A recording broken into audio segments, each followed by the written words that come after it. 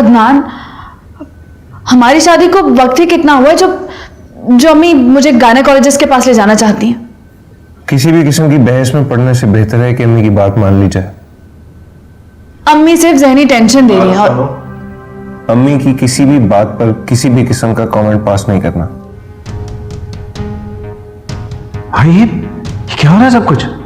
बेटा ये मेरे और मेरी बहू के दरमियान है, तुम जाओ यहां से।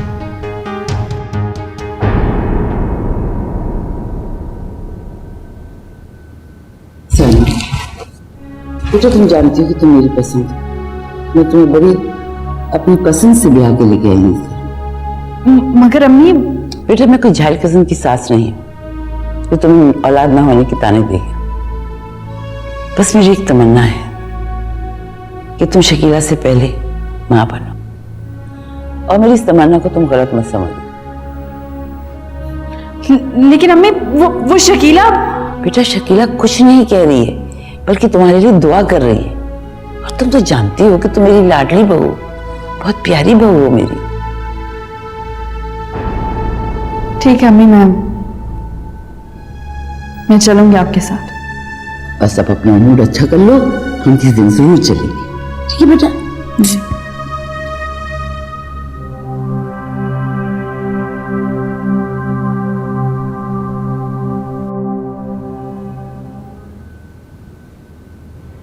तुम इस हद तक गिर जाओगी मैं सोच भी नहीं सकता था। खुदा की कसम जाज़ेब, साइमा बहन है मेरी, मैं क्यों अम्मी को उसके खिलाफ भड़काऊंगी? वो तो अम्मी। अच्छा अब अम्मी पर इल्जाम लगा दो। कितने रूप हैं तुम्हारे? जाज़ेब, अगर आपको मुझ पे एतबार ही नहीं था तो क्यों की थी मुझसे शादी? तुम्हारी मासूमियत ने धोखा दिया था मुझे, सुना तुमने? देखो शकीला, मैं ये चाहलाना एटीट्यूड बिल्कुल बर्दाश्त नहीं करूंगा। अपनी बहन पर इल्जाम? शिट।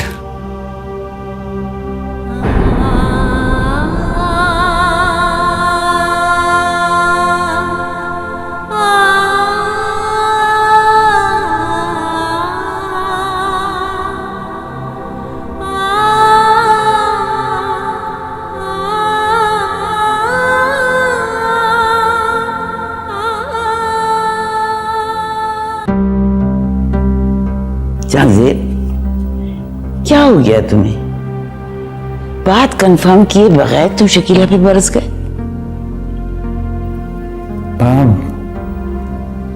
मेरा शकीला पर से एतबार उठता चला जा रहा है। इतने थोड़े से अरसे में तरह तरह की बातें पता चल रही हैं मुझे कुछ समझ में नहीं आ रहा। देखो बेटा, राहिला और शकीला दोनों बगैर बाप के पली हैं। उन्हें कोई तरबियत, कोई तवज्जो नहीं मिली, इसलिए उनके अंदर टूट फूट हुई हुई है। वैसे शकीला ने साइमा के मुतालिक मुझसे कोई बात नहीं की। मैं जानता हूं आप सही कह रही हैं, लेकिन ये भी जानता हूं कि मेरी भी कोताहियां हैं। लेकिन बेटा शक तुम्हारे दिल में बैठ गया है। मोहताज तो मैं भी हूं। ये टेलीफोन, फिर गुड्डू की जुबानी, शकीला के माजी के किस्से, कुछ सच है कुछ झूठ, लेकिन हमें तो दरगुजर करना पड़ेगा ना। देखिए मां, मैंने जिस बीवी का तस्वर किया था ना, वो पाक थी, शबनम की तरह। ये छोटे छोटे दाग शकीला पर कुछ समझ नहीं आ रहा।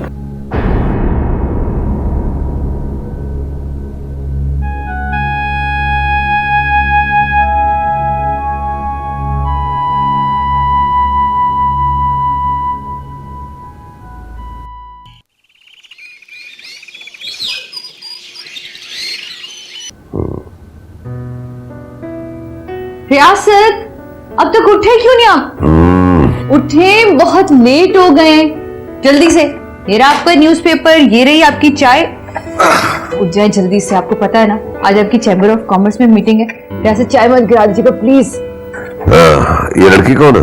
रियासत सॉरी मैं नाश्ता बना रही हूँ। क्या? बदनामे जमाना जग्गू दादा पुलिस की गफलत से अदालत के हाथ से फरार।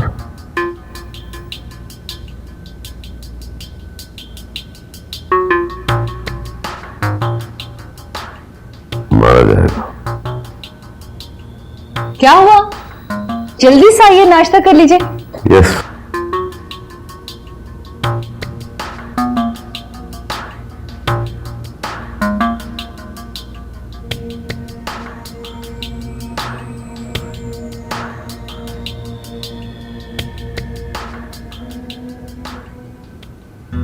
इरफान, उस्मा, ये क्या हर वक्त तुम मेरे जूते चमकाने में लगी रहती हो?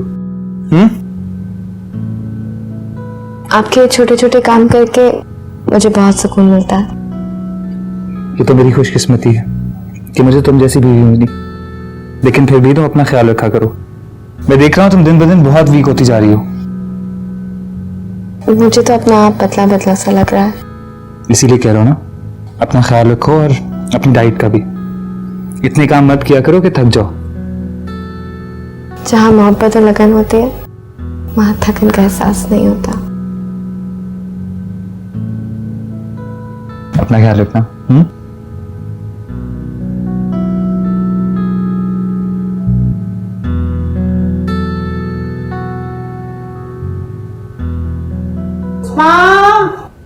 अरे ओ सुना, अरे कमबख्त कहाँ मर गई? अरे सर दर्द से फटा जा रहा है, न जाने कहाँ चली गई, चाय नहीं लेकर आई। जी अम्मा, ये रे चाय आपकी। इतनी देर क्यों कर दी तुमने? हाँ, अम्मा बना रही थी। चाय भी मुझे ठंडी लग रही है। देख, ये इरफान के साथ ज्यादा चौंचलेबाजी मत किया कर। घर में जवान बहनें बैठी हैं। पर अम्मा, ये चोंचलेबाजी क्या होता है? हाय हाय मेरी मासूम बंदरिया। अरे ये इरफान को गेट तक क्यों छोड़ने गई थी तुम? पर अम्मा, वो इरफान ने कहा था कि उनको गेट तक छोड़ा करूं मैं। अरे मेरा बेटा तो भोला भाला है, उसको तो ये सारी बातें तुमने सिखाई हैं। हाँ, आशिकी वाशिकी। अरे शर्म करो, घर में कुंवारी बहनें बैठी हुई हैं। अम्मी आप। अच्छा, ज्यादा बकवास मत कर। जाके बोर्ची खाना सफा कर, बर्तन निकाल के सारे बर्तन साफ करना, डिब्बे भी, और उसके बाद हंडिया चढ़ाओ और कपड़े धो लो। जाओ, दफा हो जाओ। काम चोर कहेंगे।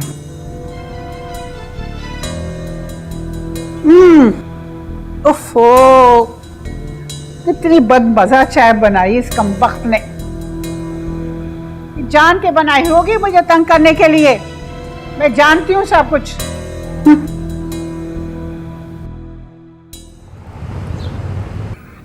बहुत जाल बुने थे ना तुमने, अब खुद फंस गई ना। क्या? अम्मी आई थी मेरे पास माफी मांगने कि तुम्हारे कहने पर उन्होंने मुझसे चेकअप वाली बात की। साइमा, खुदा का वास्ता है, रहम करो मुझ पे और मेरे घर पे। तुम्हारी वजह से जहाजे मुझसे दूर रहने लगे हैं, और जो तुम्हारी हमदर्दी में अदनान मेरे दुश्मन बन गए, इस बात का क्या जवाब है तुम्हारे पास? क्योंकि अदनान सच्चाई का साथ देने वाला है। उसे पता है कि सच क्या है और झूठ क्या है। जहाजेब की तरह शक की मिजाज नहीं है। वाह, आज मुझे सच्चाई का इल्म हो गया है कि तुम्हारी जिंदगी में मेरी क्या हैसियत है और अदनान की क्या। जहाजेब आप बस साथ सफाइयां पेश करने की जरूरत नहीं है, और ना ही ये छोटे आंसू बहाने की। जहाजेब, मैं जानती हूं कि आप मेरी सच्चाई को झूठ की नजर से देखते हैं, लेकिन ये सच है कि मैंने साइमा के खिलाफ अम्मी के कान नहीं भरे। वो तो अम्मी तुम्हारी किसी बात का यकीन नहीं करती हैं शकीला, वरना तुमने तो कोई कसर नहीं छोड़ी थी मेरा घर बर्बाद करने में।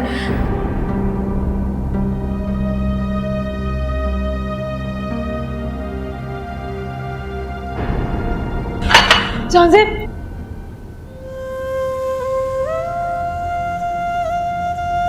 आपको मुझ पर यकीन नहीं आएगा जहाजेब, क्योंकि हमारे रिश्ते की इब्तिदा शक से हुई है। डर मुझे भी लगता है शकीला कि कहीं ये शक इस रिश्ते को अंजाम तक ना पहुंचा दे। खुदा का वास्ता जहाजेब, खामोश हो जाइए।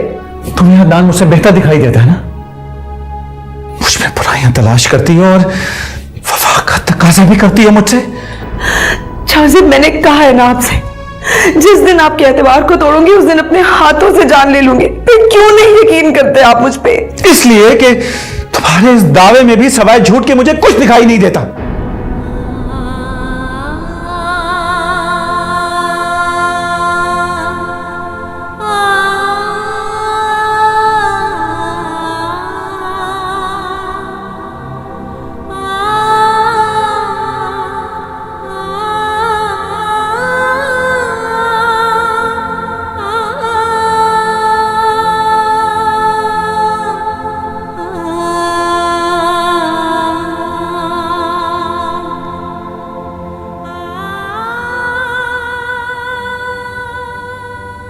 वो हर बार खुद को बचा लेती है। अब कुछ ऐसा होना चाहिए कि उसकी आहें, उसके आंसू कुछ भी इजाज़त पर काम ना करें। तुम ऐसा करो, तुम उसके महबूब बनकर सामने आ जाओ। पागल हो गई तुम। मेरी एंगेजमेंट हो गई है, बात बढ़ गई तो मेरे घर तक पहुंच सकती है। फोन तक ठीक है बस। जितने पैसे तुम ले रहे हो उसमें तो अब तक इसको घर से निकाल देना चाहिए थे इन लोगों को। अरे ऐसा ही होगा, बस चेक लेट नहीं होना चाहिए। तुम चेक की परवाह मत करो, बल्कि इस बार मैं तुम्हें कैश दूंगी ताकि तुम अपनी मंगेतर के लिए कोई गिफ्ट खरीद सको। ठीक है, बाय।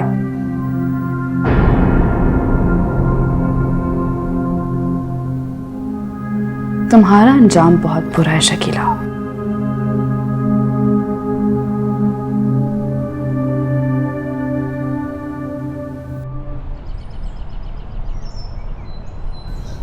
कब से चाय के लिए बोल रही हूँ।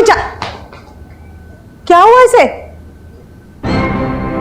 उज़मा, अम्मा, अम्मा।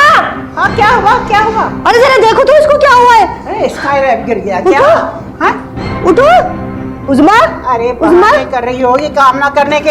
हाँ नहीं अम्मा, ये तो बिल्कुल ठंडी पड़ी है। उज़मा, अरे उज़मा, अरे ये तो वाकई बेहोश हो गई। अच्छा अच्छा, तू जल्दी कर, इरफान को फोन कर, एम्बुलेंस भेजे। जल्दी कर, फोन करो, फोन करो। यही तो पड़ा था फोन। उस्मा, अरे उस्मा, जल्दी कर फोन। उठा नहीं रहा ना। अच्छा, अस्पताल फोन कर।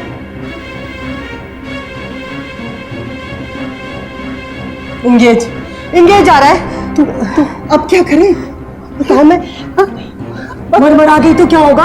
अच्छा अच्छा, ऐसे कर, तू जल्दी से पड़ोस में से किसी को लेकर आ, मैं इसको देख लूँ। चल भाग भाग, जाके पड़ोस में किसी को बुला के ला। उस्मा, अरे उस्मा, अरे क्या हो गया है तुझे? अरे पता नहीं। अरे उस्मा, अरे आप इतनी जल्दी? आपकी तो मीटिंग थी। अरे देखो, मीटिंग के बाद तुम्हारी याद ने मुझे ऐसा सताया कि 1 मिनट भी ऑफिस में नहीं बैठा। फिर हो गई आपकी शायरी। तुम्हें देखते तो शायरी करने को दिल चाहता है। ये बताएं कि मैं अपने सरताज के लिए खाना लगाऊं या चाय बनाऊं? ना खाना ना चाय, ये लो। ठीक है। एक तहफ़्फ़ुज़ जो एक शौहर अपनी बीवी को देता है।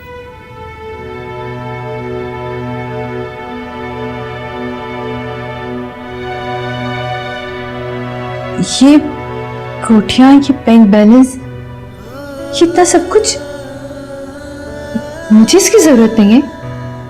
मुझे इसकी जरूरत नहीं है रियासत। मेरा तहफ़्फ़ुज़ तो आपका प्यार है। वो तो मरते दम तक तुम्हारे साथ है, मगर ये मेरे बाद भी तुम्हारे काम आएगा। अल्लाह ना करे, बल्कि ये दुआ कीजिए कि मेरा आखिरी सफर आपके कांधों पर खत्म।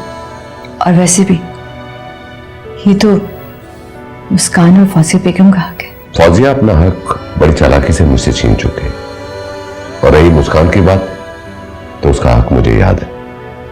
आधी जायदाद मैंने मुस्कान के नाम करवाई है और उसका गार्डियन तुम्हें मुकर्रर किया है। मेरे बाद तुम उसकी मां भी हो और बाप भी। मुझे इतना मोहतबर ना करे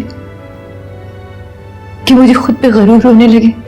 मेरे लिए तुम बहुत इंपॉर्टेंट हो, इसीलिए मैंने अपनी बेटी का मुस्तकबिल तुम्हारे हवाले कर दिया है। इन डॉक्यूमेंट को संभाल के रखो जल्दी से खाना लगा।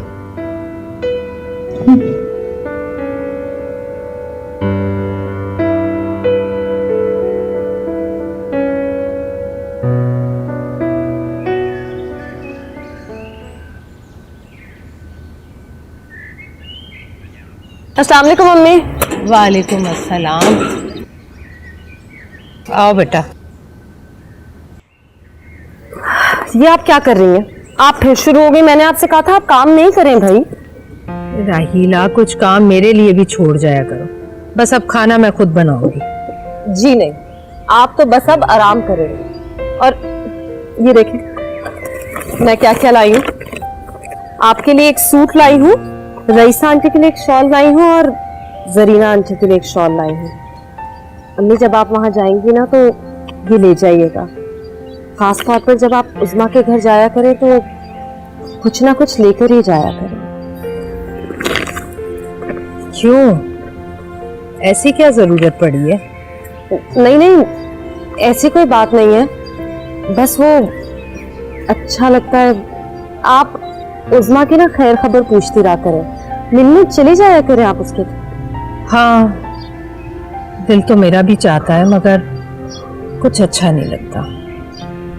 नहीं अम्मी, जब मैके से कोई आता जाता रहता है ना तो बेटी को ससुराल में तहफ़्फ़ुज़ का एहसास होता है। और उज़्मा के ससुराल वाले भी तो मतलब वो तो बिल्कुल अकेली है ना अपने ससुराल में। हाँ, चली जाऊंगी किसी रोज। तुम ऐसा करो, हाथ मुंह धो लो, मैं तुम्हारे लिए चाय बनाती हूँ। बाद में देख लेना तुम खाना वाना। काम नहीं करूंगी तो दिन कैसे गुजरेगा मेरा। बिल्कुल ही निकम्मा करके रख दिया तुमने तो मुझे राहीला।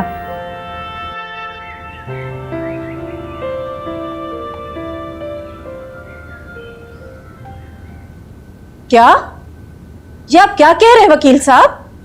मैडम, आज दिन में ही रियासत साहब ने ट्रांसफर की कार्रवाई मुकम्मल करवाई है। इसका मतलब है कि रियासत ने एक बार फिर। ठीक है, मैं आपसे बाद में बात करती हूँ। रियासत ने हया को मेरे मुकाबिल ला खड़ा किया।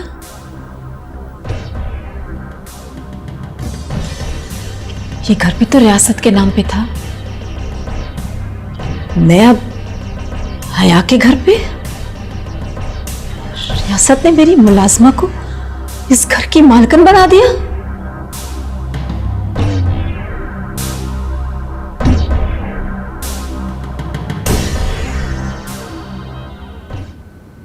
अम्मा इतनी देर हो गई, डॉक्टर कुछ बता क्यों नहीं रही? अरे इरफान को फोन कर दे कि हमें अब बिल ना भरना पड़े अस्पताल का। अम्मा मैं तो कहती हूँ इसके घर वालों को ही फोन करते हैं, वो कहीं मरा गई तो हमारे गले पड़ जाएगी। डॉक्टर साहब, अब मेरी बहू कैसी है? अब ठीक है, लेकिन बहुत अफसोस की बात है कि उनका आपको खास ख्याल रखना चाहिए था, क्योंकि केस काफी पेचीदा है और कोई भी हादसा हो सकता था। कैसा हादसा? अरे आप तो मुझे खासी तजुर्बेकार लगती हैं, ये भी नहीं जानती कि माँ बनने वाली लड़की का किस तरह ख्याल रखना चाहिए और उनको किन किन खतरात का सामना होता है। जी, माँ बन रही है, लेकिन उज़्मा तो। अरे भाई, आप तो बहुत ही बेखबर और लापरवाह सास लगती हैं। आपको ये भी नहीं पता कि आपकी बहू को दूसरा महीना चल रहा है और आप अनजान बन रही हैं। दूसरा महीना? आपकी बहू का केस शुरू से ही काफी पेचीदा है, 9 महीने तक खास ख्याल रखना पड़ेगा। आपको यकीन है कि ये दूसरा महीना है? जी, अल्ट्रासाउंड की रिपोर्ट तो यही कह रही है कि उनको दूसरा महीना खत्म हो रहा है। बहरहाल आप उनका बहुत ज्यादा ख्याल रखिएगा, 9 महीने तक उनको बेड रेस्ट की जरूरत है। मुझे तो पहले ही शक था। माँ, इरफान की शादी को तो अभी महीना भी पूरा नहीं हुआ और डॉक्टर कह के गई है कि दूसरा महीना। चल चल। कहाँ चले? अरे घर चलना। लेकिन ये उज़्मा, इसका क्या करे? मैं कह रही हूँ चल यहाँ से, बस चल। हया कितनी इंसाफ पसंद है। वो चाह रही थी कि एक रात मैं यहां गुजारूं और एक रात हया के साथ। मुझे उसकी दी हुई कोई भीख नहीं चाहिए, चाहे वो तुम ही क्यों ना हो। देखो ना, मैं भीख हूं और ना तुम बेकारी।